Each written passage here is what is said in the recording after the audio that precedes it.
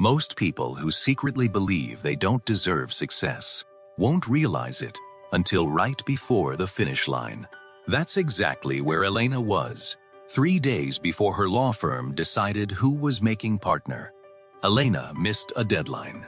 Not a small one. The one file that would have proven, on paper, that she was ready. She'd never missed a deadline in 6 years there. Not once. She missed this one on purpose and told herself in the moment that she just needed a little more time. She got the file in 9 days later, when it didn't matter anymore. If you've ever gotten close to something good and felt some part of you reach out and quietly pull the plug, stay here. Because what happened to Elena isn't rare, and it isn't about discipline. It has a mechanism. And by the end of this video, you're going to know exactly where it's hiding in your own life. We're not going to tell you what that mechanism is yet. First, you need to see it happen 9 more times. Here's the thing almost everyone gets wrong about people like Elena. They assume she didn't want it enough. That if she really wanted partner, she wouldn't have let it slip. Hold that thought. You're going to want to take it back in about 4 minutes. Habit 1. You create friction right before the finish line, not randomly. At a very specific point, right before something becomes real. The application sits at 90% untouched for a week. The business plan is finished, except for one small thing that somehow never gets small enough to do. Elena's file wasn't hard. It was the easiest one she'd written all year. That's what made it strange. Here's a sentence worth remembering. You don't sabotage things that are hard. You sabotage things that are almost done. Watch for it this week. If your stalling keeps landing near the finish line, instead of scattering randomly through a project that's not a scheduling problem, something else is choosing the timing. We'll come back to what? Habit 2. Things get good, and you start a fight. A relationship gets calmer, closer, steadier than you're used to, and out of nowhere, you're arguing about something that wouldn't have registered a month ago. Ask anyone who's done this. They'll tell you the fight felt urgent in the moment and completely manufactured 5 minutes later. That's not a coincidence, and it's not really about the dishes or the tone of a text or whatever the fight claimed to be about. Next time you feel that specific itch during a genuinely good stretch, try saying it out loud, even just to yourself. Things are going well, and that's what's making me uncomfortable. Naming it wrong on purpose is still better than not naming it at all, because the moment you say it, the automatic version of this habit loses its automaticness. Habit 3. You shrink your wins the second someone sees them. It was nothing. I got lucky. Anyone could have done it. Small sentences, big pattern. Every time you correct someone's accurate praise down to something smaller, you're not being humble. You're fixing a mismatch, quietly editing what other people believe about you until it matches what you already believed about yourself. Try this instead. One time, on purpose. Thank you. I worked hard on that. No joke after it. No deflection. Let it sit there, uncorrected, and notice how uncomfortable that is. That discomfort is data. 3 habits in. Notice something. None of them look like laziness. Elena wasn't lazy. The person shrinking their win at dinner tonight isn't lazy. So what actually connects a missed deadline, a manufactured fight, and a deflected compliment? Here it is. Psychologist William Swan spent decades studying something people don't like admitting about themselves. We're not just wired to feel good about who we are. We're wired to be right about who we are, to get the outside world to agree with the version of ourselves we already carry around, even when that version is small, or flawed, or quietly convinced it doesn't quite deserve the big win. Swan called it self-verification theory. Here's the plain version. When reality contradicts your self-image, your mind treats that contradiction as an error, that needs fixing, and it's usually not the self-image that gets corrected. This connects to something even older in psychology: cognitive dissonance. First described by Leon Festinger in the 1950s, when what's happening doesn't match what you believe, something has to give. Now, a word of honesty, because this video isn't interested in overselling neuroscience. It doesn't have. What you're about to hear is our metaphor, not a term from the research. The studies establish the mechanism. The image is ours, built to make that mechanism easier to catch in the wild. Picture a thermostat, not for temperature, for how much success feels survivable. Every time your real life runs hotter than that setting, something reaches over and quietly turns the heat back down.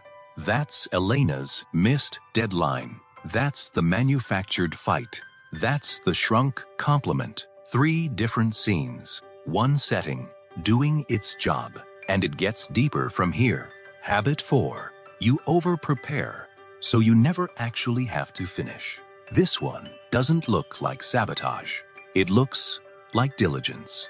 1 more course before you start the business. 1 more redesign of the workout plan instead of doing the workout.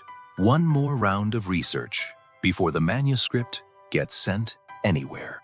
Preparation feels productive, which is exactly why it's such a good hiding spot. You get to stay in motion without ever reaching the moment where the old identity has to update. Sticky version. The more ready you keep needing to feel, the more likely readiness was never the actual obstacle. If this is you, pick a preparation deadline before you start preparing, not after. 3 days of research. Then, you act with whatever you've got. A boxed unknown is a lot more bearable than an open-ended one. Habit 5. You keep people around who need you to stay small. Not out of malice. Often out of love, actually, which is what makes this one so hard to see. You gravitate toward people who relate to the version of you that already exists. And growth, around people still calibrated to your old size, creates a constant, low-grade correction pressure. A comment here, an old joke there, nothing cruel, just pulling you back to spec. You don't need to cut anyone off over this, but notice which conversations require you to make your goals smaller before you're allowed to say them out loud, and find at least 1 person who doesn't have a stake in the old version of you to say the real-sized version to instead. Habit 6. You quit exactly when momentum finally shows up. 3 good weeks into a new habit, and then, for no reason you can point to, you stop. Here's why that timing isn't random. 3 good weeks is enough evidence for the old setting to notice something's drifting, and drift to a system built to protect a self-image reads as risk. So momentum builds, and the thermostat clicks back on. If you feel the urge to quit right when something is finally working, don't raise the goal. Lower it, temporarily, on purpose. Protect the streak, not the intensity. Let the identity catch up before you ask it to sprint. Habit 7. You get seen, and you immediately disappear. Recognition lands you let it. You built it. You did it. And within the same sentence, you're already redirecting it. Honestly, the whole team, really. Sometimes that's true. But if it's the reflex every single time, it's not modesty. It's exposure management. Being seen, accurately, as capable, that's heat. And heat gets turned back down. Try letting 1 piece of credit land fully, undiluted, before you mention anyone else. You can still acknowledge the team a sentence later. Just don't use their name as an exit. 7 down. And here's where it stops being about behavior. Habit 8. And this is the one most people never catch, because it doesn't look like sabotage at all. It looks like ambition. Ask yourself honestly, when you set a goal, does it ever go past the edge of how you currently see yourself? Or does it always land just inside that line big enough to look like drive, small enough to never actually threaten the setting? Sit with that for a second. Because here's the uncomfortable part. This means the sabotage isn't only happening after you commit to a goal. It's happening in the goal itself. Before you've done a single thing, the thermostat isn't waiting for you to get close and then pulling the plug in this habit.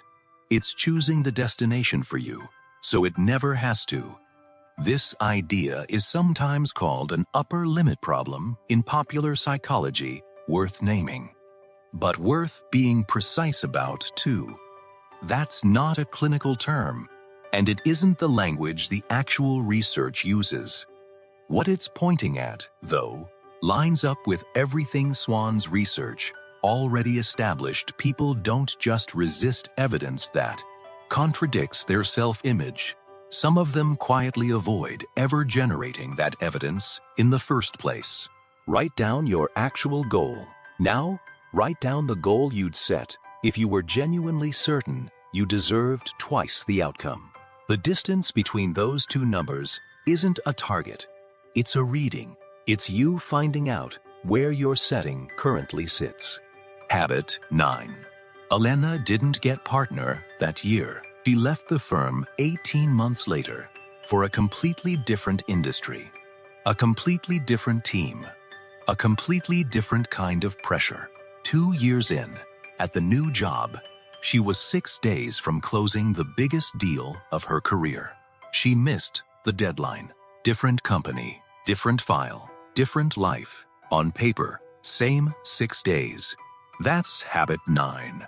And it's the one that finally proves everything the first 8 only suggested. The pattern will survive, a complete change of circumstances, because the thing being protected was never the job. It was never the relationship. It was never the file. It was the setting, and the setting travels with you. Once you can see that, once you can point to the one thing that stayed constant across every version of your own story, you're not looking at 9 separate problems anymore. You're looking at one number showing up in 9 different rooms. We're calling it the thermostat reset, and it works the same way the original setting got installed. Not through one decision, but through repeated evidence. Every uncorrected compliment, every protected streak, every goal that goes an inch past comfortable. Small deposits of proof, aimed at a very specific, very old belief. You're not fighting your own mind by doing this. You're just finally giving it something new to verify. Elena, for what it's worth, 3 years after that second missed deadline, closed a deal nearly twice the size, on time. She still says she doesn't know what was different that time. We'd guess she does now.